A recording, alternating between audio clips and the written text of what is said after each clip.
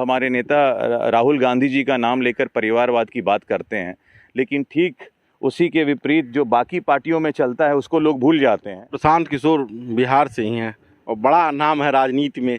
राजनीति के चाणक्य भाजपा के बाद पास अमित शाह और चर्चाओं में प्रशांत किशोर आपके साथ आने वाले थे, क्या हो गया, क्यों साथ छूट गया? नेता अभी कांग्रेस ने भी एक इफ्तार पार्टी रखी थी जिसमें चिराग पासवान जी भी आए और हमारे तेजस्वी जी भी आए, सब सारे नेता लोग आए थे। आंदोलन करने के 2 महीने बाद जब कोई सुनवाई नहीं हुई तो मैं आमरण अनशन पर बैठा और 2 दिन 40 घंटे बिना खाए पिए जब मेरी व्यवस्था गिरने लगी तो खुद एसडीएम साहब, डीएसपी साहब लोग ने मुझे आश्वासित किया कि काम होगा।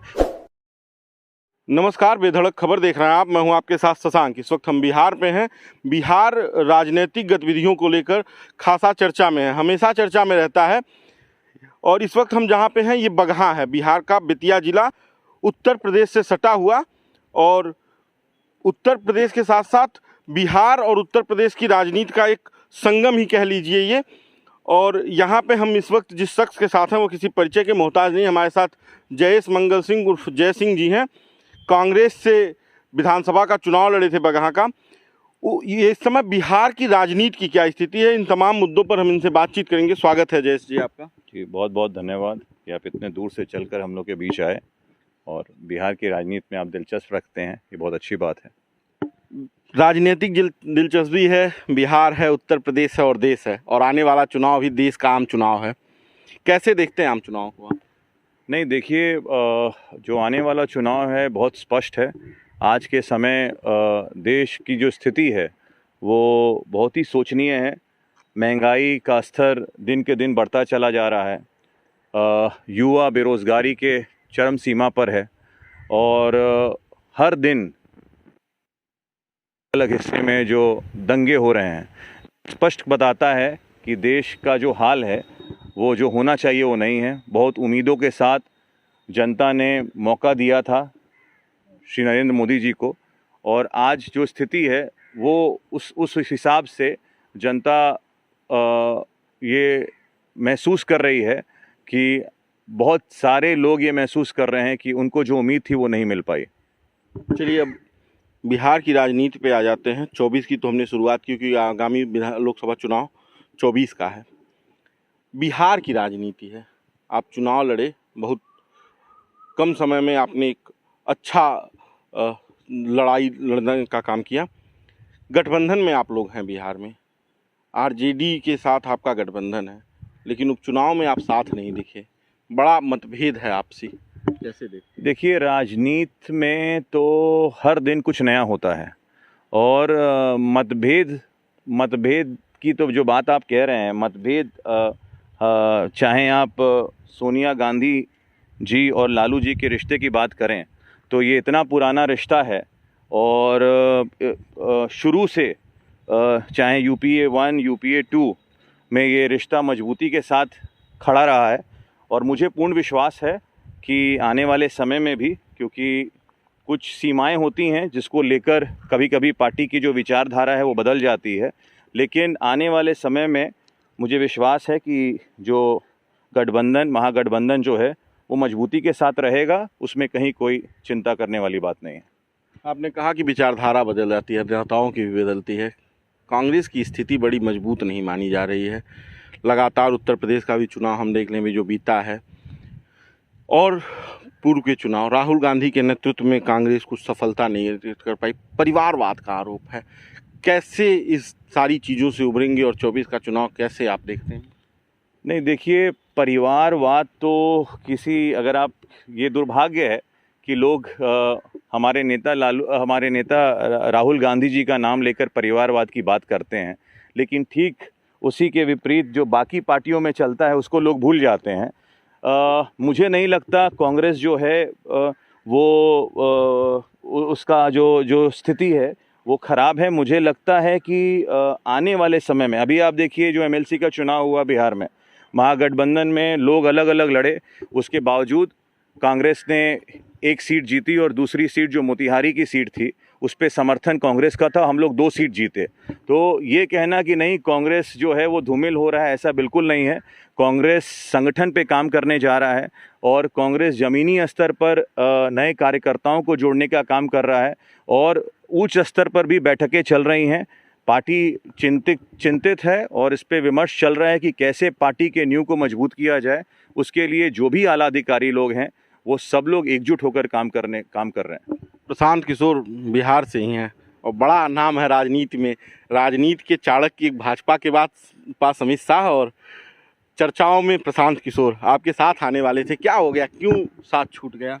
नहीं, देखिए प्रशांत किशोर जी ने हमेशा प्रशांत किशोर जी पार्टी में ना तो वो बुलाए गए थे और ना कोई ऐसा मामला था कि वो पार्टी ज्वाइन करेंगे। मीडिया भले कुछ दिखाए, प्रशांत किशोर जी एक प्रवक्ता रणदीप सुरजेवाला ने बयान दिया कि वो पार्टी ज्वाइन नहीं कर रहे हैं। अगर इतना बड़ा व्यक्ति मंच पे आके बोल रहा तो कहीं तो सुगबुगाहट होगी। मीडिया के ऊपर ये आरोप ठेल देना कि उसने ये नहीं, देखा जाए आपने मुझे आप अगर प्रशांत किशोर जी का स्टेटमेंट सुनेंगे, मैं आपको बताऊं, प्रशांत किशोर जी एक सोच के साथ, क्योंकि वो स्ट्रैटेजिक उनकी बहुत अच्छी है और राहुल जी से बहुत अच्छा संबंध रहा है, तो एक उस रिश्ते को लेकर इन लोगों ने बैठक की थी और बहुत सारी चीज़ों को दोनों के बीच बहुत सारी चीज़ें कॉमन रही। 2-2, 3-3 बैठक हुई।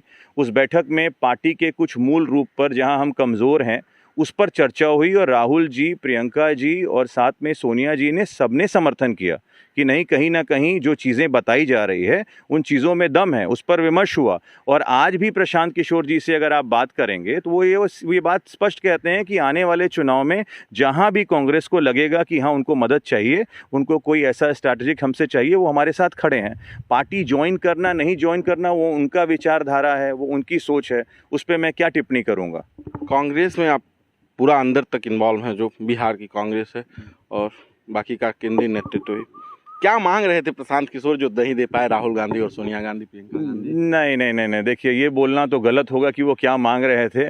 वो मैं आपको फिर से बता रहा हूँ कि बहुत वही मैं बात कहना चाह रहा हूँ। आप अभी देखेंगे प्रशांत किशोर जी से भी बात होती है तो वो यही बात कहते हैं कि इस पूरे मीटिंग को, जो एक मीटिंग बड़े पार्टी को मजबूत करने के लिए और एक विचारधारा थी जिसमें हम लोग सब लोग बैठ के, राहुल जी, पार्टी के आला अधिकारी लोग बैठ के इसको पार्टी को मजबूत करने का काम करेंगे। इसको इन लोगों ने पूरा एक दूसरा रूप दे दिया कि पार्टी ज्वाइन करेंगे, पार्टी नहीं ज्वाइन करेंगे। ये सब बात मुझे लगता है नहीं होना चाहिए और मुझे पूर्ण विश्वास है कि आने वाले समय में पार्टी अपने जो मूल रूप पे जो मेहनत कर रही है उस पे एकदम उतरेगी और हम लोग और मजबूती के साथ आने वाला लोकसभा चुनाव लड़ेंगे। अब दिल्ली से पटना आते हैं और पटना से बिहार, पूरा बिहार, 24 का चुनाव किस दृष्टिकोण से आप देखते हैं बिहार के लिए, अपने लिए और बिहार की राजनीति के लिए? क्या गठबंधन के साथ ये चुनाव होगा जो महागठबंधन बिहार का चर्चित है, या इंडिविजुअल कांग्रेस लड़ेगी? देखिए कांग्रेस पार्टी अपने को इतना मजबूत कर रही है और हर स्तर पर जो नए सदस्यों को ज्वाइन कराने का बात हो रहा है या नीचे स्तर पर जो प्रभारी आकर संगठन मजबूत करने का काम कर रहे हैं, हम लोग पूरी तैयारी किए हैं कि हम लोग सारे सीटों पर चुनाव लड़ने के लिए सक्षम हैं। लेकिन कहीं ना कहीं जहां महागठबंधन की बात आती है, तेजस्वी जी की बात आती है, एक पुराना रिश्ता है। अभी फ़िलहाल फिर से तेजस्वी जी जो है राहुल जी से मिलने गए थे और अगर हम लोग महागठबंधन में भी लड़ते हैं तो ये भी जनता के हित में, क्योंकि जनता हमेशा बिहार में एक महागठबंधन को स्वीकारी है। आप देखेंगे जो चुनाव हुआ विधानसभा में उसमें तो जीत हम लोग की हो चुकी थी, लेकिन कहीं ना कहीं अपने जो ताकत कहा जाए, ऊपरी ताकत का उपयोग कर कर इन लोगों ने 2-4 सीट इधर उधर कर दिया, वरना सरकार हमारी होती। लेकिन हम लोग कांग्रेस पार्टी दोनों परिस्थिति में चुनाव लड़ने के लिए मजबूत है और एकदम बिना हिचक में ये बात बोल सकता हूं कि आने वाला जो लोकसभा चुनाव है उसमें हम लोग मजबूती के साथ चुनाव लड़ेंगे। आपने कहा कि राहुल गांधी से मिलने गए थे, अभी तेजस्वी यादव राहुल गांधी से मिलने गए थे। एक मुलाकात पटना में भी हुई, इफ्तार पार्टी हुई, नीतीश जी आए थे, चिराग पासवान पैर छुए, तेजस्वी यादव ने इनवाइट किया था। क्या है महागठबंधन में इस बार नीतीश कुमार को भी ला रहे हैं आप लोग? देखिए उनको तो उपराष्ट्रपति बनाने की चर्चा चल रही है। देखिए इफ्तार पार्टी तो एक सामाजिक रूप से एक ऐसी व्यवस्था की जाती है जहाँ पे लोग का एक मिलन समारोह हो। उसमें अधिकांश हर नेता, अभी कांग्रेस ने भी एक इफ्तार पार्टी रखी थी जिसमें चिराग पासवान जी भी आए और हमारे तेजस्वी जी भी आए, सब सारे नेता लोग आए थे। नीतीश कुमार नहीं है?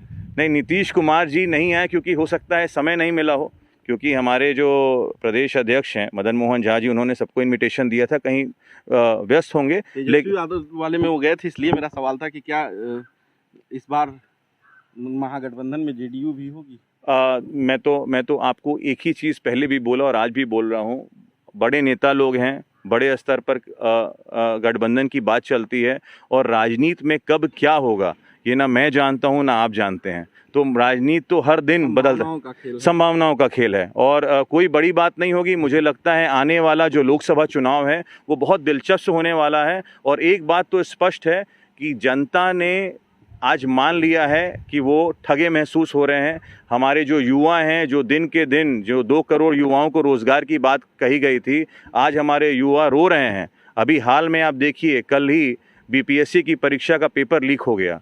आप ये बात समझिए कि इस बिहार में जहां बीपीएससी की परीक्षा का पेपर लीक हो जाता है, एक युवा कितनी मेहनत कर कर एग्ज़ाम की तैयारी करता है, अपना रोजी रोटी छोड़कर। कुछ ऐसे युवा थे जो गांव से गए थे, 2000-3000 रुपए देकर वहां पहुंचे थे। उन्होंने अपनी सारी मेहनत लगाई, बहुत अच्छा पेपर गया और 3 घंटे बाद पता चलता है कि पेपर लीक हो गया। तो उनका तो भविष्य के साथ सरकार खिलवाड़ कर रही है। और मैं तो एक उम्मीद करता हूं माननीय मुख्यमंत्री जी से कि कम से कम जो लोग अपीयर किए हैं इस बार पेपर में यूपीएससी के, क्योंकि आज तक इतिहास में ऐसा नहीं हुआ किसी राज्य में, तो जो लोग अटेंड किए हैं पेपर, उन लोगों को कम से कम 5-5 हज़ार रुपये देने का काम करें। चलिए, अब बिहार से बगहा की राजनीति में आते हैं और वाल्मीकि नगर लोकसभा पे आते हैं, क्योंकि आगामी चुनाव जो है वो लोकसभा का है। आपकी क्या तैयारी है? चूँकि आपका बड़ा लंबा संघर्ष है, किसानों के लिए लड़ते रहे, टोल प्लाजा को बंद करवा दिया, सरकार की आय बंद करवा दे रहे हैं, चीनी मिल का भुगतान करवा दे रहे हैं, ओवरब्रिज आपको चाहिए, स्थानीय विधायक से भी कुछ विवाद है, कैसे इसको आप कहेंगे? नहीं, स्थानीय विधायक का तो मैं बहुत सम्मान करता हूँ, काफ़ी बुज़ुर्ग हैं और मैं उनका हमेशा इज़्ज़त दिया हूँ। मेरा किसी से पर्सनल विवाद नहीं है, मेरी लड़ाई केवल जनता हित में है। बगहा की जनता के साथ जब भी अन्याय होगा, बगहा की जनता को लगेगा कि उनको मेरी ज़रूरत है, मैं उनका प्रतिनिधि हूँ, मुझे उन्होंने पहली बार जो मैंने चुनाव लड़ा मुझे बहुत सम्मान दिया, तो मेरा पर्सनल किसी के साथ कोई लड़ाई नहीं है। बहुत कम समय में जो लोकप्रियता या जो पार्टी ने जो सम्मान दिया या बगहा की जनता ने सम्मान दिया, मेरा दायित्व बनता है कि उनके लिए जहां अन्याय होगा मैं उनके लिए खड़ा रहूंगा और मजबूती के साथ उनकी आवाज़ बुलंद करूंगा। मजबूती के साथ आवाज़ बुलंद करेंगे तो क्या 24 में संसद जाने की तैयारी में है जय सिंह? नहीं, देखिए ये बोलना बिल्कुल मुझे लगता है बिल्कुल ही गलत होगा। बगहा विधानसभा मेरी प्राथमिकता रही है, बगहा की जनता मेरी प्राथमिकता रही है और बहुत सारे चंपारण की अलग अलग विधानसभा के युवा मुझसे जुड़े हुए हैं। मेहनत कर रहा हूँ, काम करना चाहता हूँ, बगहा के लिए कुछ करना चाहता हूँ। बगहा को जिला बनवाने के लिए मेरी संघर्ष रहेगी, जो अगला संघर्ष है। तो हर बार कोई ना कोई आंदोलन, देखिए चंपारण आंदोलनकारियों का गढ़ माना जाता है। गांधी जी ने यहाँ से आंदोलन करके देश को एक नया पहचान दिया था। तो कहीं ना कहीं हम लोग बगहा के लिए ही अभी काम करेंगे और आने वाले समय में भी बगहा की जनता के लिए ही सेवा करूँगा। एक रेलवे ओवरब्रिज बनने की बात चल रही थी, वहाँ एक विधायक जी हैं जो वाल्मीकि नगर के हैं। ये जो कहानियाँ हैं जो मार्केट में हमें भी सुनने को मिली, उनकी मार्केट है और जिस मार्केट को वो बचाने के लिए वो पुल नहीं बनने देना चाहते, ये लोगों का कहना, और उसके लिए आप संघर्ष कर रहे थे। पुल बन पाएगा आपको लगता है? देखिए, सबसे पहली बात कि जनता जो बात कह रही है किसी व्यक्ति का नाम लेकर, तो ये कहना गलत होगा। ऐसा नहीं है, उसके अंतर्गत बहुत लोगों का मार्केट है, मेरा खुद का मार्केट है। अगर आप देखेंगे तो उस पुल बनने में अगर सबसे ज़्यादा नुकसान किसी का होगा तो वो मेरा होगा, क्योंकि मेरा वहाँ पे काफ़ी ज़मीन है। सबसे बड़ी बात ये है कि एक केंद्रीय मंत्री नितिन गडकरी जी 3 साल पहले एक शिलान्यास करके जाते हैं और वो शिलान्यास करने के बाद आज लगभग 3 साल हो गया। उस जगह पर आप जाएंगे ढाला पर, तो वो ढाला बगहा के कोर हाट पे है और न जाने हजारों लोग डेली वहाँ से क्रॉस करता है और 3 साल से कड़ी धूप हो या बरसात हो, जब वो ढाला बंद रहता है तो लोग घंटों वहाँ इंतज़ार करते हैं। बहुत लोगों की मांग थी और कहीं ना कहीं जो देश के इतने उच्च मंत्री हैं, पथ निर्माण मंत्री, उनके प्रतिष्ठा की सवाल थी। लेकिन 3 साल जब कुछ नहीं हुआ, तब हम लोगों ने पहले एक आंदोलन किया। आंदोलन करने के 2 महीने बाद जब कोई सुनवाई नहीं हुई तो मैं आमरण अनशन पर बैठा और 2 दिन 40 घंटे बिना खाए पिए जब मेरी व्यवस्था गिरने लगी तो खुद एसडीएम साहब, डीएसपी साहब लोग ने मुझे आश्वासित किया कि काम होगा। और उस पर भी मैंने प्रस्ताव रखा कि अगर 10 दिन के अंदर काम नहीं होता है तो फिर मैं दूसरी कार्रवाई करूंगा।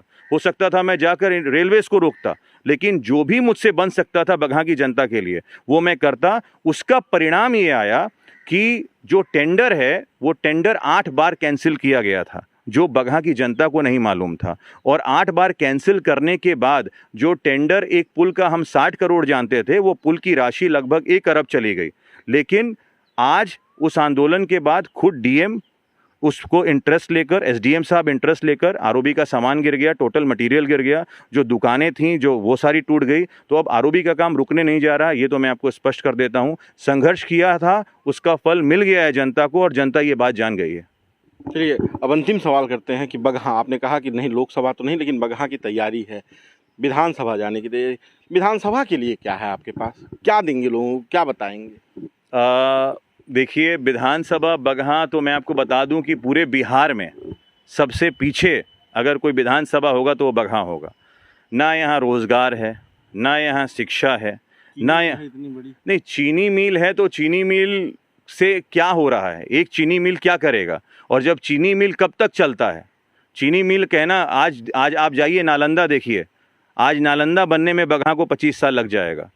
आज जिस तरह यहाँ आदिवासी लोग हैं, यहाँ थारू लोग हैं, यहाँ उर्राव लोग हैं, पिछड़ी जाति के लोग हैं, आदिवासी लोग हैं, इनकी आवाज़ कौन बुलंद करेगा? यहाँ जो युवा बेरोज़गार पड़े हुए हैं, जिनके पास कोई जगह नहीं है, हमारा जो ये कटाव हो रहा है मसान नदी का, जहाँ लोग हजारों की संख्या में बेघर हो रहे हैं, इनके लिए कौन आवाज़ उठाएगा? बहुत सारा मुद्दा है और मुझे नहीं लगता कि इन मुद्दों के लिए मुझे विधायक बनने की ज़रूरत है। अगर मैं खुद इतना सक्षम हूँ कि बिना विधायक सांसद बने अपनी जनता के लिए लड़ सकता हूँ और मैं लड़ रहा हूँ और लड़ता रहूँगा, इसमें कहीं दो बात नहीं है। बगहा के लिए प्लान क्या, अगर आप विधायक बनते हैं तो क्या प्राथमिकता होगी जो आप करना चाहें? सबसे पहली प्राथमिकता होगी कि मैं यहाँ पर सबसे पहले बगहा को जिला का दर्जा दिलवाऊँ, क्योंकि जिला बन जाने से बहुत सारी चीज़ें खुल जाती हैं। काफ़ी सारे बैंक्स आएंगे, काफ़ी सारे कॉरपोरेट कंपनी, डिफ़ॉल्ट आपको पता है वो आना ही आना होता है। दूसरा प्राथमिकता है यहाँ का एजुकेशन। यहाँ अभी कोई कॉलेज नहीं है, कॉलेज की प्राथमिकता रहनी चाहिए। इंजीनियरिंग कॉलेज, मेडिकल कॉलेज की प्राथमिकता रहेगी। नंबर तीसरा मेडिकल। आज बगहा में अगर कोई छोटी सी बीमारी लेकर पहुंच जाए तो उसको सीधे रेफ़र कर दिया जाता है बेतियां। तो जो यहाँ पर मेडिकल की व्यवस्था है वो इतनी ज़्यादा ठप है कि उस पर बहुत ज़्यादा, मेडिकेशन के ऊपर मुझे बहुत ज़्यादा काम करना है। अच्छे अच्छे डॉक्टर्स को यहाँ लाया जाए, अच्छे मशीन्स रहें, वेंटिलेटर्स चलाने वाले लोग यहाँ नहीं हैं, वेंटिलेटर्स की उपलब्धि कराई जाए। तो बहुत सारी समस्या है मेडिकल को लेके, और जो कटाव है अलग अलग जगह पर उस पे मेरा काफ़ी ज़्यादा ध्यान रहेगा ताकि लोगों को संरक्षित घर मिल सके और लोग यहाँ से माइग्रेट नहीं करें। चलिए, हमसे बातचीत करने के लिए धन्यवाद। तो ये थे हमारे साथ जयेश मंगल सिंह उर्फ जय सिंह, जो बगहा की राजनीति में है, बिहार की राजनीति में है और कांग्रेस के साथ हैं। बाकी का यह वीडियो आपको कैसा लगा आप हमें कमेंट बॉक्स में ज़रूर बताइएगा। अगर वीडियो अच्छा लगे तो शेयर कीजिएगा। धन्यवाद।